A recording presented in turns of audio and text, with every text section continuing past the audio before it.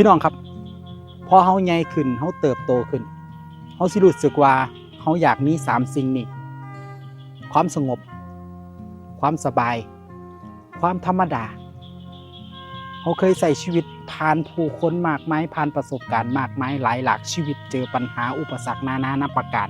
สุดท้ายแล้วเฮาอยากใช้ชีวิตบ้านๆอยู่ในถิ่นฐานที่เฮาผูกพันเฮาอยากหวนคืนกลับมาใช้วิถีชีวิตตามความทรงจำที่เฮาเคยมีเฮาอยากกินกับข้าวอีพ่ออีแม่กับข้าวที่มันบ้านๆบ่หรูหราบ้านเฮามันบ่ได้หรูหรามันบ่ได้สะดวกสบายแต่เป็นหยังคนคืออยากกลับมาบ้านคืออยากกลับมากินกับข้าวอยู่บ้านคือบ่อยากกินกับข้าวหรูๆอยู่ตามภัตตาคารก็เพราะว่าความผูกพันความทรงจำเฮาถูกเลี้ยงมาพาไงแบบใดเฮากินแบบนั้นเฮากินตามมีตามเกิดเฮากินตามที่พ่อแม่พากินมาเฮาก็เลยมักแนวกินรสชาติเดิมๆแนวกินอีแม่แนวกินอีพ่อ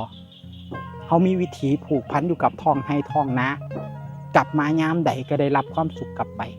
มันเป็นความสุขที่จริงใจและเป็นความสุขที่เฮารู้สึกว่านี่คือความสุขที่แท้จริงมันบ่แม่นความสุขที่ปรุงแต่งขึ้นมามันเป็นความสุขที่เกิดขึ้นจากใจเฮา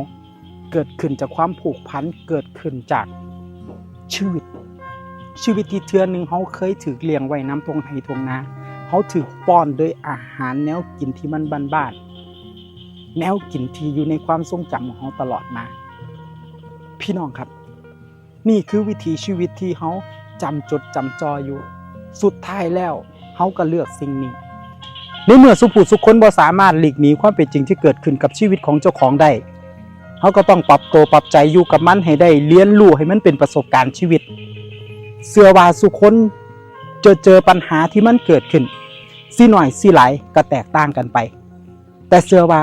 พ่อกันสุคนแต่สัจธรรมชีวิตบอกเฮาอยู่แล้วว่าคนเฮาตาย